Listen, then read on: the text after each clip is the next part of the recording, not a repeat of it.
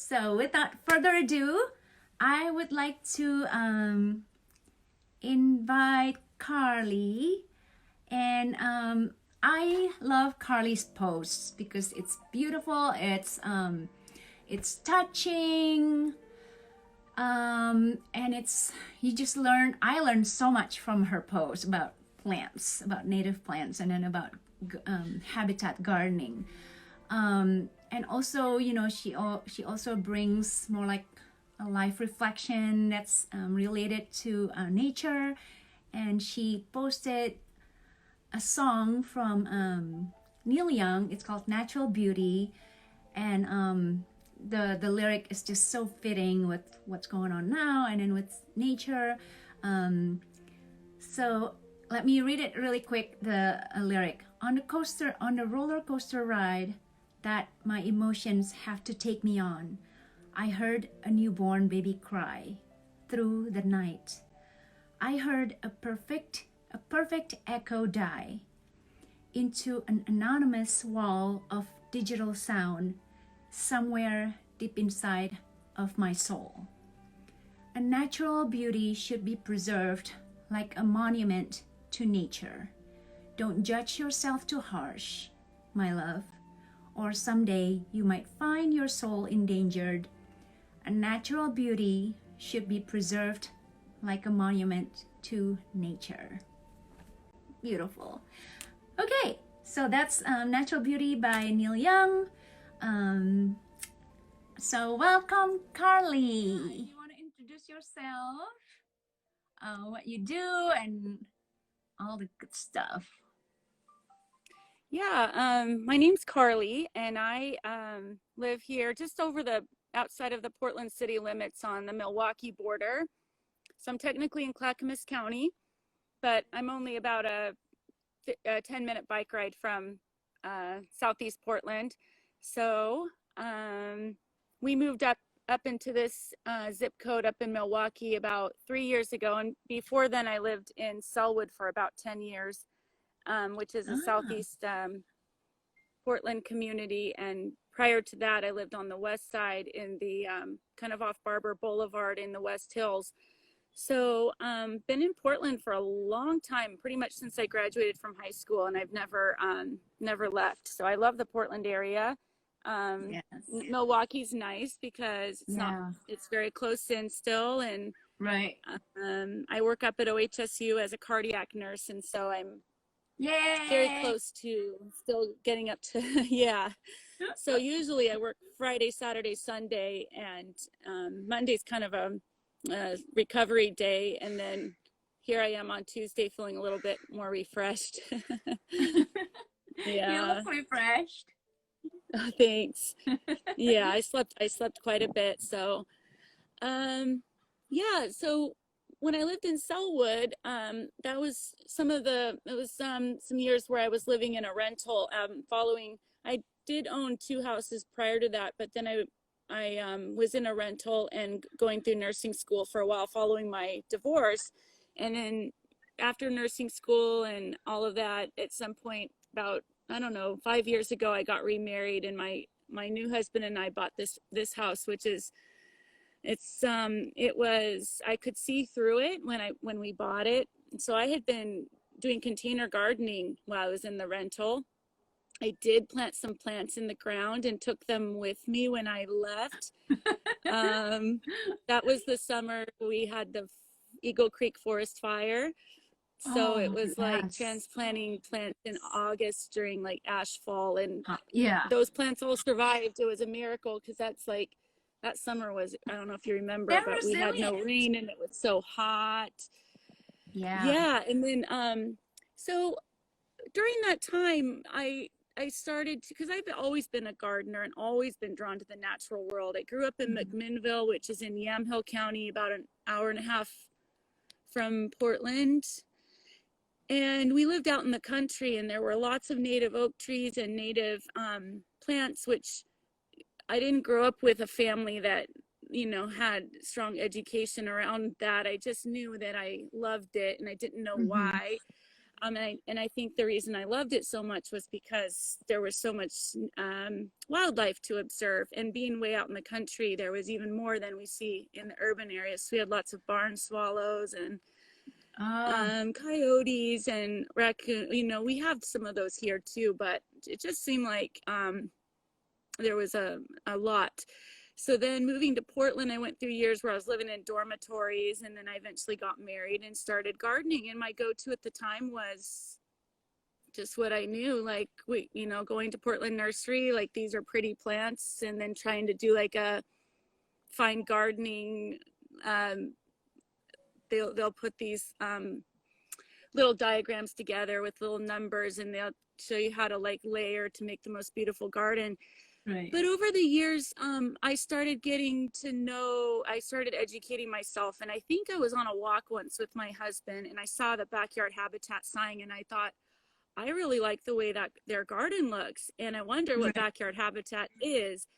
But then I was having babies and stuff, and I wasn't like really at a spot where I could really seek that out. But I had some time after nursing school in that rental to think about it. And I started to have a really strong idea when I bought my house, what we were going to do, which would be natives. So we moved here. We had so many invasive species on this property: English ivy, bamboo. I mean, is vinca considered invasive? Periwinkle? You know, I think it is on a trouble list. I don't know if it's considered invasive, but it's a lot of people I know think it's native because they see it even in the forest. So it's found its way in, and I wouldn't be surprised if it is considered at least a species of concern. You know, that's one of those spreading ground cover type plants. And so, and like most of those, little bits of root or anything that gets tossed can start up a new exactly a new plant site. So and actually I heard that periwinkle or vinca is the one that emits some kind of like chemical underground to I think we need to read a little, at least I need to read a little more about this. Vinca is not something I've ever grown. I'm seeing Yulia on here is saying it's the worst. And she probably has some idea of why. I know that it's got problems, but I'm not sure what you're saying kind of resonates as true. I almost called you Poppy. Weina. Oh, so So when I got here, we had probably 15 or 16 trees that were planted on this lot, and they had been misplanted too close together, and many of them were diseased. So we had to remove quite a few coming in here, but the criteria for removing was that they had to be diseased or dying. So one was like split and was dying. Even in your property? On our property. So what we have now, we can see we've got these Western red cedars. There's 4 of them in a row like that, which you see those in Milwaukee. And then I think we have a non-native spruce. And then we have for some reason in Milwaukee, there's a lot of deodar cedars. Those are from like, I think Eastern Asia. But they're probably, I mean, I'll show you a quick, can you see how huge that thing is? Oh my God, yes. So, so those stayed. And then with all the we used all the wood for nurse logs and trail borders. We didn't leave one, we didn't leave a snag. I regret that now. I wish we had. Used to do that. I think it's one of those cultural things. There's this perception that snags should be removed. They're probably considered unsightly or as part of removing the tree. You know, people wonder, like, I wonder why they didn't fully remove the tree. They left it there. Right. Yeah. I know why now. Yeah, I didn't know anything about snag until I talked to Heather from Backyard Habitat. So I was like, oh my God. No, no, Was Heather the one you interviewed a little while ago, or was that no, the I person that? haven't interviewed anyone from Backyard Habitat. They've been busy. I don't know. They haven't Yeah. uh, got Well, back yeah. to So me. you see it, you're going along in life, and you run into someone that and certain things resonate with certain people. Yeah. Um, I think I think that you there was something from see, I'm reading Nature's Best Hope right now by Doug Tallamy. It's I need excellent. to get I heard your it. interview with Dr. Tyler Moore, and he brought it up, and you Yeah. wondered if it was good. It's excellent. I mean, I can't put it down. But he was Ooh. talking about how knowledge generates interest. Mm-hmm. So we have to find ways to teach the community. Yep. I love what you do with your work, because you have your educational site. So with Mm-hmm. knowledge, he says it generates interest. So people will come to your class, they'll be like, oh, I never knew that, or Mm-hmm. wow. And so they generate the interest, and then the interest generates compassion, because let's say you're teaching about specialist bees that don't have Right. habitat and they're dying off. So now Yeah. here comes I'm interested now, and I'm feeling compassionate, and then that Right. leads to action. Right. And so we need, time's running short, so we need the cultural recognition. Ah, So I yes. think one of the best ways I've been able to reach my community is leading by example. So just like the yard inspired me, 15 years ago, and it took me until 3 years ago till I started basically my native garden, which there's kind of young, but it doesn't mean that you're going to change someone overnight, but you plant those No. seeds of knowledge. Yeah. And people walk by my house all the time, and if I'm outside, they ask questions and they say, what's backyard habitat? Yeah. And because there are a lot of ideas out there that gardens need to look a certain way, Yep. and it's a huge part of our culture, and the way we identify with ourselves is, I like Oregon because of X, Y, and Z. So it's sort of like whatever you're defining as, but you can change how you perceive things. So if you're kind of attached to the idea of a lawn, that's fine. But so how do we change that? So I've got a neighbor across the street that is, he has an immaculate lawn. It's almost like he gets down with tweezers to make it the same height. And he hates leaves. He hates them. So he really struggles with my leave the leaves. And so he was doing something where when we were gone, he would come over to our yard and leaf blow. And I was like, no, Oh. that's not okay. Like, Oh my so God. yeah, I was like, oh my God, like, so this year I'm gonna be a little more diligent, probably, about getting them out of the street. It's like I'll make a compromise. I love to watch them fall where they fall. I think it looks so pretty. Yeah. But how can I reach him without completely making him angry? And because he's way on in a different perspective, right? And right or Right. wrong, that's where it stands. So I thought, well, I know he hates them in the street, and he hates it when they blow on his property. Maybe a few stragglers, because he lives diagonal across the street and down the street a little bit from me. But he says they blow down the street and into my yard. Okay, so he's really there. But That's another uh, thing that I want to lobby it out. Leaf blowers. I know the noise pollution and And air pollution. air pollution, and I read somewhere you attract all these pollinators to your party, and then you blow away their house. You blow away. Exactly. Yeah. So I'm not trained in ecology. I have an undergrad degree in English literature, and then I went to nursing school. But Yeah. I was just chatting with Dr. Tyler Moore, who you interviewed last week, and how like much I really am just I have a thirst for more knowledge, because I need to understand more about what it means to be a specialist versus a generalist. Right. What concert, and I'm not a conservationist by formally. Yeah. But I think we all can be conservationists, right? Yeah, And exactly. that's why I love Doug Tallamy's new book, is because it's sort of looking at conservation in a new way, how we Yep. can,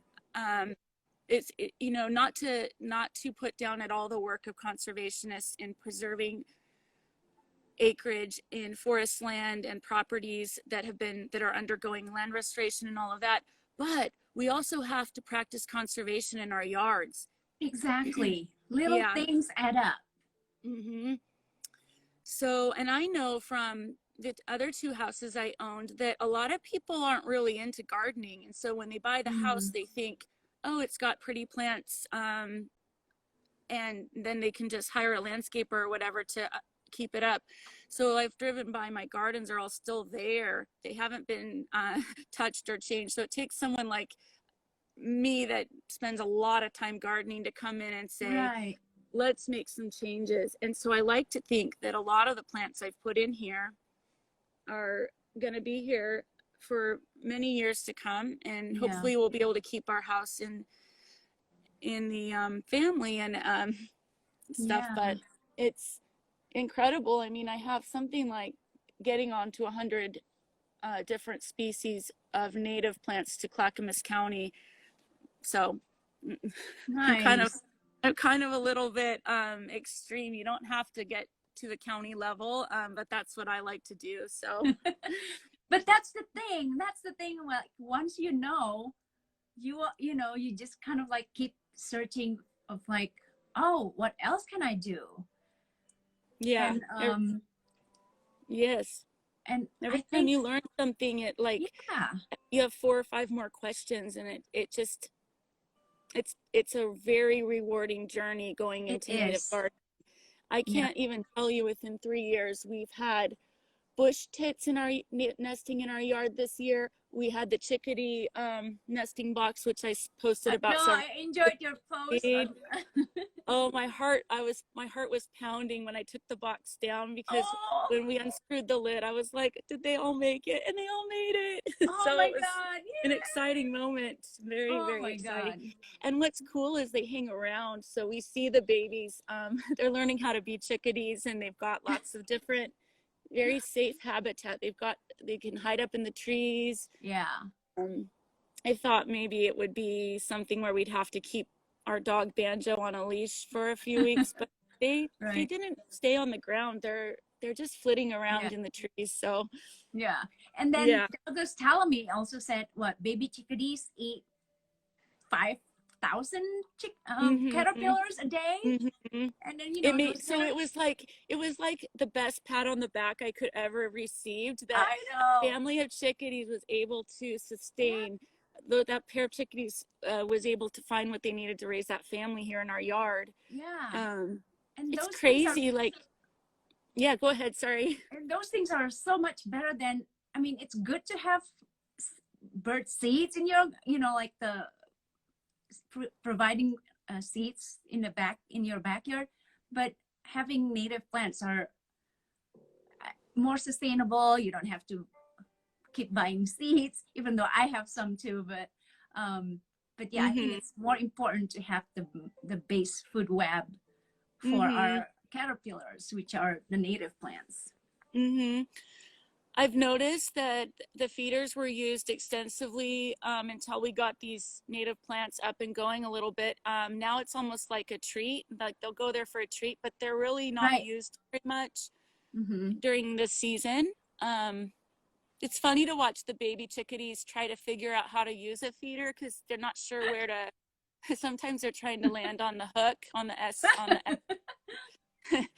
Oh my So we God. had baby red-breasted nuthatches. Oh, We had we have a bunch of baby downy woodpeckers. I'm not sure where exactly their nests, where all of these guys were nesting, or even, I yeah. never find the hummingbird nests. They're too little, but one day I Yeah. will. I'll find one, and it'll just be like the most exciting day. So Yeah. yeah, it's so rewarding, and I can't even tell you how many species of bees that Yes. and then when I look them up, I will read, oh, those are cavity dwellers, and I'm like, Mm-hmm. oh my God, yeah. So when you put the nurse logs out, they find old tunnels from things and they nest in there. They Mm-hmm. nest in pithy. So I was just trimmed a branch off of one of my elderberries, or maybe it broke off, but I noticed that the inside of it was Hollow. there was holes on the outside. Yeah, and Ah, when I looked inside, it was like something had tunneled, like like the mason bee right. houses. You Mm-hmm. see how they pack a little bit of something, and Like then they have mud. eggs. Or, yeah. Yeah. And so I'm thinking, okay, I'm not going to throw that in the yard debris. I'll give them a chance and I'll lay it somewhere in a brush pile or something like that. But they're Yeah. everywhere. They're, Yeah. we always talk about what we can see. Oh, there's a butterfly. Oh, we got a chickadee. But Yeah. it's like when I took microbiology and looking under the microscope, there's a whole world we can't see, and that world needs our support too. And so that's why they Exactly. talk about it's not just the native plants, but the nurse logs and the brush piles, Mm-hmm. all of those things, bare soil Yeah. for our ground nesting bees, um, Yeah. and all of that is going into supporting an ecosystem that can thrive and keep our Right. little aphids in check and things like that. So Exactly. Yeah. My neighbors know where to drop when branches uh-huh. to keep putting branches on my yard because they know I like them. But I That's also I'm happy that my neighbor across the street killed their lawn and then turn it into all I natives. love that. I know. Yeah, I need to focus on the one that changed, and then maybe it's just as slow. And it's a then another, domino effect because that yeah, person is going to affect other people, and I think you lead by example. I really do believe yeah, if you that's why we always talk about backyard habitat, but that hmm, front yard, if you can front yard habitat, right, that's for the people walking by and they go, oh my exactly. goodness. I just always think it's funny when people are like, I can't get anything to grow under my cedar tree or whatever. It's wasn't meant to it wasn't meant to put grass under your cedar tree, Right. like, but there's a lot of other beautiful options. Oh my Bottom line God. is people don't have a lot of time. If you can recommend it even on a sheer basis of less water. So less water, so easy maintenance because they're probably going Exactly. to thrive with you almost just can be hands off really, Yeah. if you put the right plant in the right place. And Yeah. so, yeah, that's usually a talking point for a lot of people. Most Yeah. people don't, it seems, don't have want to hear an in-depth conversation about ground nesters versus cavity Right. nesters and host plants. There's going to be only probably a certain percentage of people that may want to go there. So if you Yeah. try to think about what your audience, what you know, and think Yeah. about what your audience knows, and try to find a bridge of interest where you can kind of connect. Right. Exactly.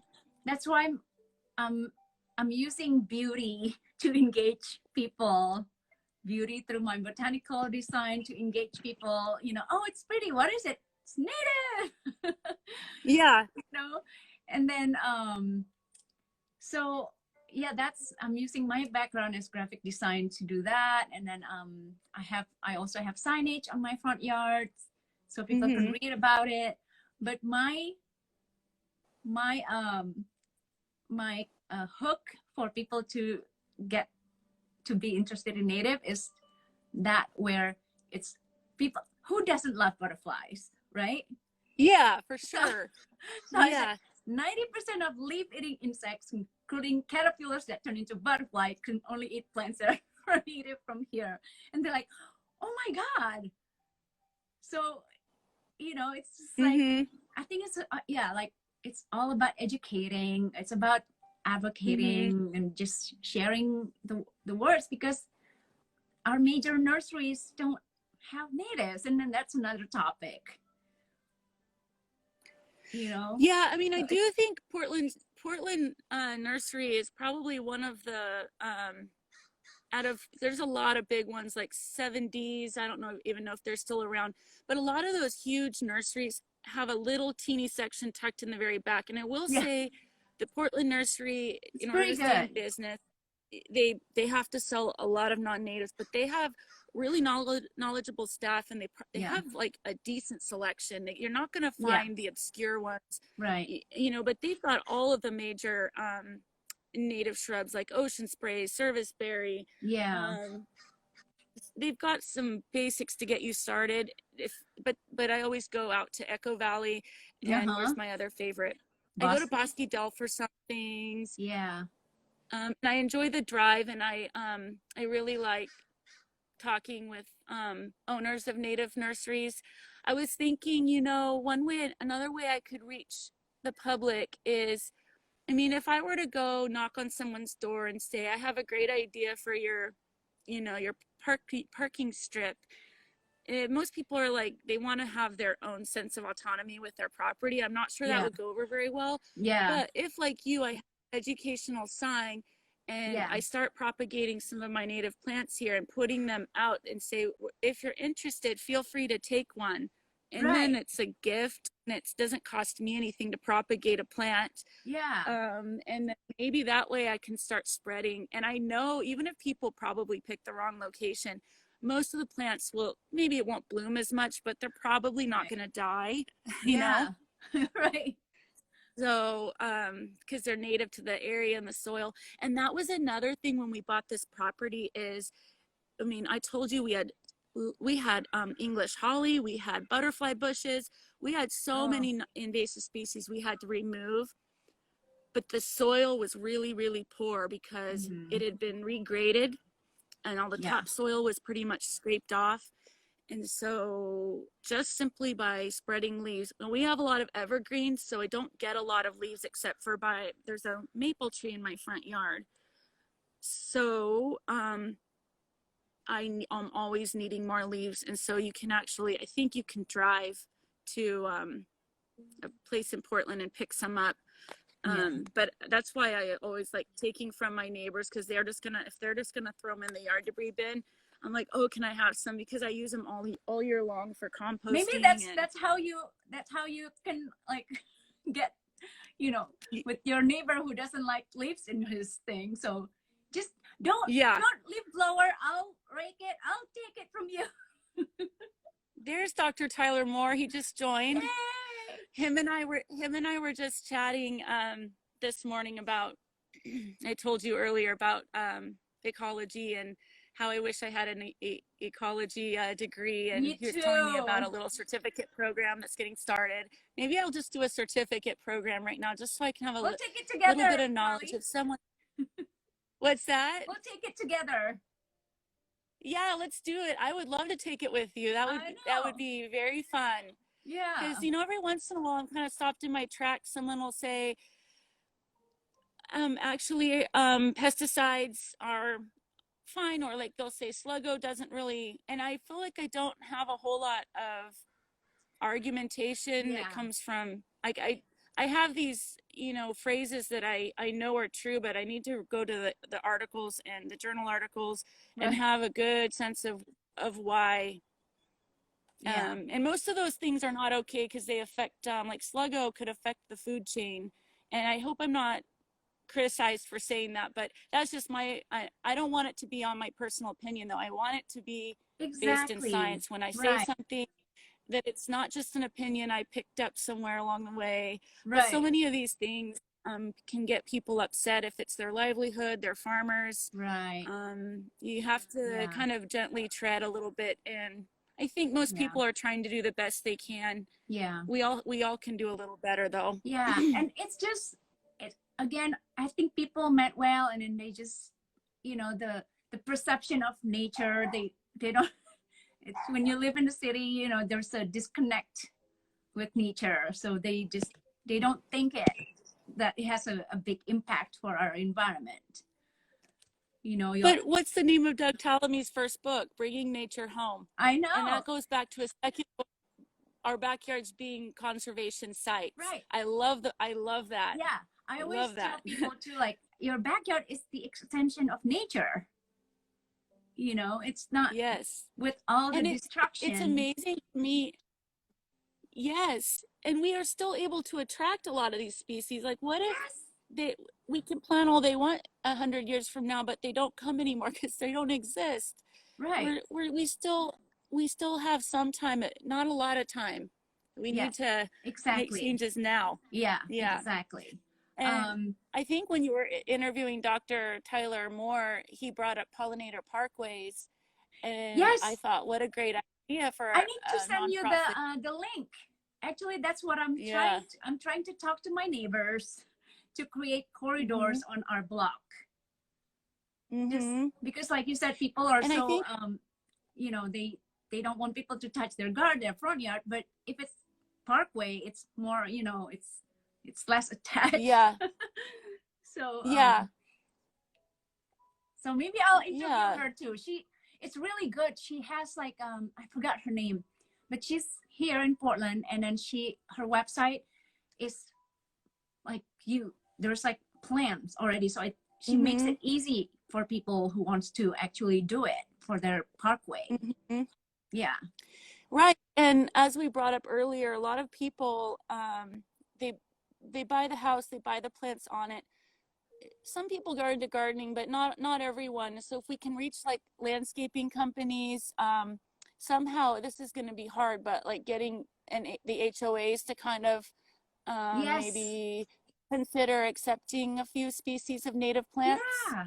Because you guys, I have to remind everyone, like, I'm kind of an outlier. But you don't have to have 100% natives in your garden. I have a small non-native patch of some plants that I've carried with me throughout the years, like hellebore, coreopsis. There's a Japanese version of false Solomon seals. But if you even plant a few, it's going to make a Yeah, difference. And exactly. like you guys were talking about it too, try to pick a native. If you're like, well, I only have a spot for maybe one native, try to pick one that's going to give the biggest bang for your buck when Yeah. it comes to supporting. I think, bitter cherry is a great one if you're thinking of a tree. Or there's so many. I wanted to show you some of the books that I use a lot. I know you do too. This one, Real Gardens Grow Natives. Eileen Stark is my mentor, and Yeah. I mean, I open this book at least once a day. I She still designed my do, and it's garden. just like, she did. That's so cool. Oh my gosh. So you and I need to get together because I'm going to need to see your garden, and Yes. we'll figure out the certificate Yeah. class that Dr. Tyler Moore was telling me about. Yes. I wanted to just say though that in this book, you were just talking about Doug Astor. It supports many butterfly species. So Yeah. if you're thinking, well, I live in an apartment, that would be a great one for a container. Exactly. You could probably support some species there. Mm-hmm. And another one I like, I'm reading this right now. I'm halfway through it. Oh, I New don't have Garden that one. Ethic. Okay. This is the one that, yeah, you got to get this one. This one's really good. And he's actually, I believe, on Instagram as well. Correct me if I'm wrong, but he maybe have gone to school with Dr. Tyler Moore. You just Uh-huh. interviewed Nancy Yep. Lawson. She's also She's on awesome. Instagram. You can follow her. Yep. I love this book. Yeah. And we've talked about this one a lot already. Yep. Bringing Nature Home, his new book, Nature's Best Hope. This Yep. is also an old time one, but it is invaluable. Gardening with Ooh. Native Plants of the Pacific Northwest, Okay. an illustrated guide by Arthur Okay. R. Share those Kreckberg. on your story or on your post. Okay, I will. Oh, I'm on vacation now, so I'll probably be able to yeah. post some more Oh, videos. And Carly, then this one just is letting one I you had know, to we pay only big. have 1 minute and 30 seconds. From Okay, last Instagram. one. I have that one. Encyclopedia. Yep. I had to pay big bucks on Amazon for that because I they got it don't. from It's out Powell. of print. Oh, great. Well, I just want to say Yeah. to everyone, I'm on Instagram as a way to network with people. I've met some wonderful people. I keep talking about Dr. Tyler Moore, but there's others like, let me see if I can find my little list. Are we down to 30 seconds? 1 minute. Okay. Luke Segrist, he's over Mirror Mosaic. mind. He engages with me quite a bit, and I with him. He's always posting native plant stuff. Lindsay up in the Namo, BC with Alder Environmental. There's many Oh, really talented photographers I follow, like Jessica and Matt from My Nature I want Home, a Christopher. list. Yeah, I sometimes look at your friends list to find other native gardening feeds, because networking is so inspiring, Yeah, and we're all we can keep each other in check, share information. yeah, Yulia, she's got the Facebook page for Backyard Habitats Greater Portland area, yeah. And and there we're is a always Facebook on there group of together. Oregon native plants. There I'm is a seeing your comments.